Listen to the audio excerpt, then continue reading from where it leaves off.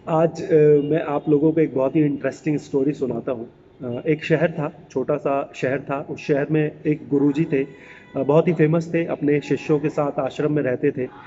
एक रोज़ वहीं उसी शहर में एक कम उम्र की लड़की माँ बन जाती है। ये बात जानकर उसके माँ बाप को बहुत ज़्यादा गुस्सा आता है। वो उस लड़की को बहुत डांटते हैं, डपटते हैं और पूछते हैं कि ये सब कैसे हुआ, किसने किया। तो वो लड़की बड़ा डर डर के बताती है कि ये गुरुजी ने किया है और ये जो बच्चा है वो गुरुजी का है। अब ये बात सुनकर पेरेंट्स को और भी ज़्यादा गुस्सा आता है और वो मारे गुस्से के भागे जाते हैं गुरुजी के पास और बहुत खरी खोटी सुनाते हैं गुरुजी को और बोलते हैं कि ये आपका बच्चा है और अब आप ही संभालें इसको। और गुस्से से वो बच्चा गुरुजी के हाथों में थमा देते हैं। अब ये सारी बात सुनकर गुरुजी बस उस बच्चे को अपनी गोद में लेते हैं, उसकी तरफ देखते हैं, मुस्कुराते हैं और फिर पेरेंट्स की तरफ देखकर बोलते हैं अच्छा। और फिर वो उस बच्चे को वहीं अपने आश्रम में रख लेते हैं और अपने शिष्यों के साथ उसकी देखरेख करने लगते हैं।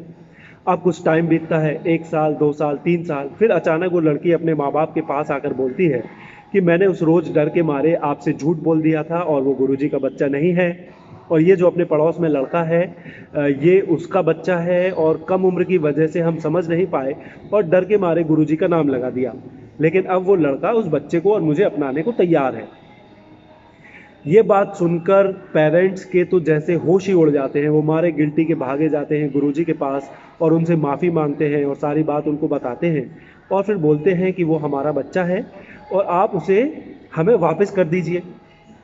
अब आप देखिए, वो गुरुजी उस बच्चे की परवरिश कर रहे हैं अपने शिष्यों के साथ पिछले 3 सालों से। लेकिन अब भी वो ज़्यादा कुछ नहीं बोलते, बस उस बच्चे को बुलाते हैं और उन पेरेंट्स के साथ उसको वापस भेज देते हैं।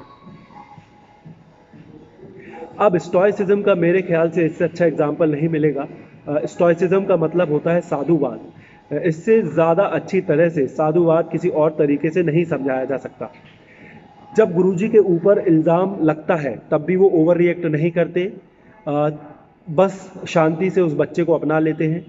और जब उस बच्चे को, जिसकी वो परवरिश कर रहे थे पिछले 3 सालों से, जो उनके साथ था इतनी छोटी उम्र से, जब उसके बिछड़ने की बात आती है तब भी वो बिल्कुल भी ओवर रिएक्ट नहीं करते और चुपचाप उस बच्चे को उसके पेरेंट्स के साथ वापस भेज देते हैं।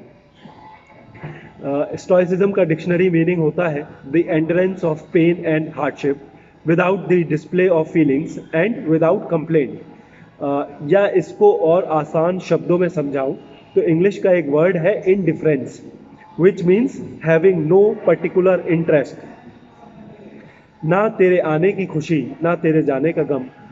अगर आपको कुछ मिल गया तो उसकी कोई बहुत ज़्यादा खुशी भी नहीं और अगर हमारा कुछ छिन गया तो उसका कुछ ज़्यादा गम भी नहीं। गीता में ऐसी फिलॉसफी को बहुत अच्छे से समझाया गया है। गीता में कृष्ण जी बोलते हैं, क्या लेके आए थे, क्या लेके जाओगे, क्या था तुम्हारा जो तुमसे छिन गया। Now it is not easy to develop this attitude in yourself. But अगर कोई कर पाता है, आई मीन आप बाहर से खुद को कितना भी फ्लैम्बोयेंट और हीरो की तरह पेश करिए, लेकिन अगर आप अपने अंदर साधुवाद डेवलप कर पाते हैं तो समझो आपकी आधे से ज़्यादा प्रॉब्लम सॉल्व हो जाएंगी। आपको क्या मिला क्या नहीं उससे कोई फ़र्क नहीं पड़ता, आपसे आपका क्या छिन गया उससे कोई फ़र्क नहीं पड़ता, कौन कौन आपके साथ रुका और कौन आपको छोड़ के चला गया उससे भी कोई फ़र्क नहीं पड़ता। साधुवाद आपको अंदर से एक बहुत ही सुलझा हुआ और एक बहुत ही स्ट्रॉन्ग इंसान बना देता है। आपकी लाइफ आसान हो जाती है, आपके रिलेशन भी अच्छे होने लगते हैं क्योंकि ऑब्वियसली जब आपको लोगों से कोई मतलब नहीं है, आप उनसे बिना मतलब के ही या बिना किसी फ़ायदे के ही जुड़े हैं तो उनको कोई डर नहीं होता आपसे और वो आपके साथ एकदम कंफर्टेबली रह पाते हैं। और स्ट्रॉन्ग इसलिए क्योंकि अब आपको ना तो किसी भी चीज़ से कोई अटैचमेंट है और ना ही आपने अपनी ज़रूरत किसी भी चीज़ से जोड़ी है, इसलिए आप लाइफ में रिस्क ले सकते हैं। आपको पता है अब आपके पास खोने के लिए कुछ भी नहीं है, आपका सारा फोकस सिर्फ और सिर्फ अपने कर्मों पर, अपने काम पर है। अब आपको मिलता क्या है और क्या नहीं मिलता उससे ज़्यादा फर्क नहीं पड़ता या उस पर आपका ज़्यादा ध्यान नहीं है, आपका सारा फोकस सिर्फ और सिर्फ आपके काम पर ही है। लेकिन किंतु परंतु ये तो हुई किताबों की बात। मेरी पर्सनल राय क्या है साधुवाद को लेकर? पर्सनली मेरा मानना यह है कि पूरी तरह से साधु हो जाना भी ठीक नहीं है। आई मीन हम इस अर्थ पर आए हैं, हमको यहाँ जन्म मिला है तो इसको पूरी तरह इग्नोर करके या इस अर्थ पे जो सो कॉल्ड वर्ल्डली प्लेजर्स हैं उनको पूरी तरह छोड़कर और हर चीज़ के लिए एक उदासीन एटीट्यूड बनाकर भी नहीं चल सकते या नहीं रह सकते, इसका भी कोई मतलब नहीं है, ऐसा मेरा मानना है। मेरा मानना है आप खुद को अंदर से साधु तो बनाएं, इसमें कोई दो राय नहीं है। In fact as I just said, तभी आप लाइफ में कुछ बड़ा रिस्क लेने की हिम्मत भी जुटा पाएंगे, लेकिन आप उसमें अपने गो गेटर एटीट्यूड को भी मिक्स कर दीजिए। आई मीन ऐसा भी नहीं कि आप सारी ख्वाहिशें छोड़ दें या अपनी लाइफस्टाइल को इम्प्रूव करने की कोशिश करना ही बंद कर दें। नहीं, I think this is also not right. So what is best is to mix the stoicism with go getter attitude. आप अपने अंदर साधु के साथ अपने वॉरियर को भी जिंदा रखें। मतलब आपको अपनी लाइफस्टाइल भी इंप्रूव करनी है, कुछ कमाना है, कुछ बनाना है, कुछ करना है, कुछ बनना है। इस अर्थ के सो कॉल्ड वर्ल्डली प्लेजर्स को भी थोड़ा थोड़ा एंजॉय करना है। आपको अपनी तरफ से फुल एफर्ट करना है अपनी लाइफस्टाइल को इम्प्रूव करने का, लाइफ को एंजॉय करने का। बट फिर अगर आपकी फुल एफर्ट के बाद भी आप अपनी तरफ से जो जितना कर पाते हैं उसके बाद भी कुछ रह जाता है, तो फिर उसके लिए कोई ज़्यादा दुख नहीं करना, गम नहीं करना।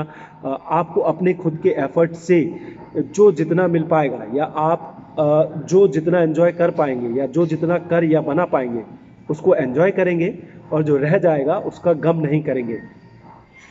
अब देखिए, थोड़ा मुश्किल है, इनफैक्ट बहुत ही मुश्किल है अपने इमोशंस पर इस हद तक कंट्रोल पा पाना, लेकिन अगर कोई कर पाता है तो आप पाएंगे कि आपकी लाइफ बहुत ही ज़्यादा सुलझ गई है। आपको कुछ मिल जाता है, आप ज़्यादा खुश नहीं होते। आपके बिहेवियर में, आपके रवैये में ज़्यादा कोई परिवर्तन या चेंज नहीं आता, आप में कोई अननेसेसरी एटीट्यूड नहीं आता, और आपका अगर कुछ छिन जाता है तो भी आप ज़्यादा दुखी नहीं होते, आपको उस चीज़ का ज़्यादा बुरा नहीं लगता। आपके साथ कोई रहता है, आप ज़्यादा एक्साइटेड नहीं होते, आपको छोड़कर कोई चला जाता है, आपको ज़्यादा गम नहीं होता।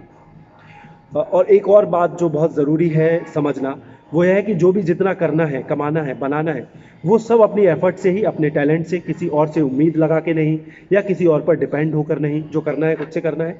आप अपने खुद के एफर्ट से जो जितना कमा बना पाएंगे, जो जितना एंजॉय कर पाएंगे, बस उतना ही एंजॉय करेंगे। किसी और के सामने हाथ फैला के नहीं, किसी और से एक्सपेक्टेशंस लगा के नहीं, किसी और पर डिपेंड होकर नहीं।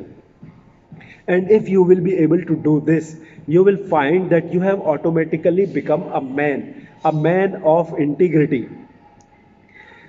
अजय देवगन की एक मूवी है, बहुत ही पॉपुलर मूवी है, मैं सिंघम मूवी की बात कर रहा हूँ। आई होप आप सभी लोगों ने वो मूवी देखी होगी। There is one very good dialogue in that movie जो मुझे अभी याद आ रहा है, एंड द डायलॉग इज, मेरी ज़रूरतें कम हैं इसीलिए मेरे ज़मीर में दम है।